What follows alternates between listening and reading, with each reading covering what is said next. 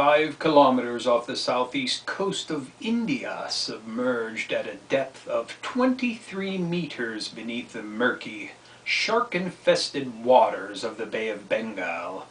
An ancient man-made structure sits on the bottom of the sea. The structure is U-shaped, like a huge horseshoe. Its periphery measures 85 meters, and its walls are about 1 meter thick and 2 meters high. The discovery was made by a team of marine archaeologists from India's National Institute of Oceanography in March 1991, working offshore of the Trankabar Pumpuhur coast of Tamil Nadu near Nagapattinam. This is from Underworld, The Mysterious Origins of Civilization by Graham Hancock. It's a very well-known author. I'm sure a lot of you are familiar with him. Hello and welcome to another edition of the Stench of Truth. I want to comment on some philosophy, if I may, for a moment. I've spent a lot of the last couple of weeks looking at different videos on YouTube and various other places online talking about philosophies of life and how one should live one's life and what are the answers to the ever expanding questions of what it means to be human, and what are the answers to the dilemmas that face us today whenever we're dealing with some of the terrible things that happen in our world today. And for the most part, what I find is that there are no answers from anybody as far as giving you a definitive way out of the problems that are brought before us today. And while there are many people who espouse many different things, there are no solid answers to what is the definitive way to achieve victory over the forces of darkness and over the forces that are arrayed against us. The tyranny, if you will. And the best thing that I can come up with is more along the lines of what I've talked about before, and that is that one needs to practice a certain amount of self-reflection in order to come to an understanding with yourself as far as what is appropriate for you. Because it is not my place nor my desire, nor should it be anybody's place or desire, to be the progenitor of the solution for what is appropriate for that which is perceived by you to be the major problem for you.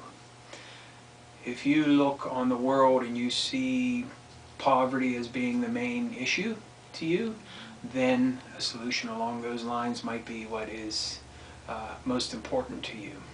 If you look on the world and you think that man's inhumanity to man is the biggest problem, then a solution along those lines would be appropriate for you.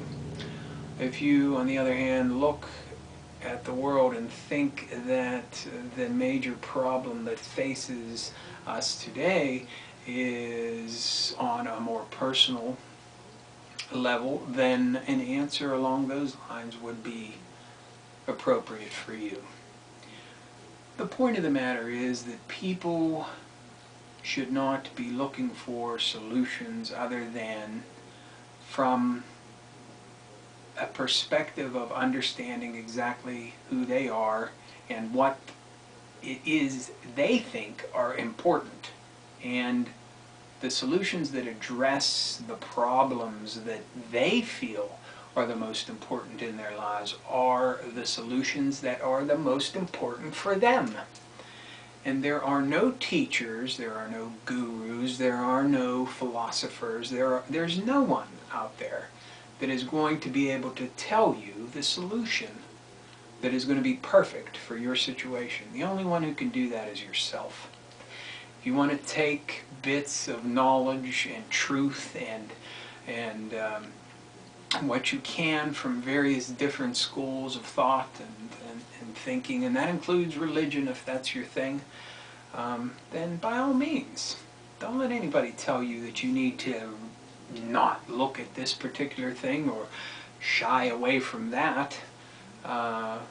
Look at everything and decide for yourself whether it has any value for you. And realize that your particular point of view, your particular truths, and your particular take on what things are important is the most important thing for you. And whether I hit on those topics or not is irrelevant. Hopefully I do hit on some of the topics that you think are important, and maybe you actually will gain some knowledge from me. But if you don't, that's fine too, because I'm not out to convert anybody, and I'm not out to serve my own agenda. The only thing I do by being here is cathartic for me. And if I happen to have subscribers that agree with some of what I'm saying, then I'm gratified. I'm happy for that. But it's cathartic because I say my piece and I tell you what's on my mind and where my focus is. And if that resonates with some of you, I'm very, very happy. If it doesn't, that's 100% okay. And wherever you choose to look for your answers, I hope you find them. And remember, the questions that you ask, the things that you find important, the things that are at the core of you are the most important things to you. And don't let anybody else tell you any different. Thank you. Good night.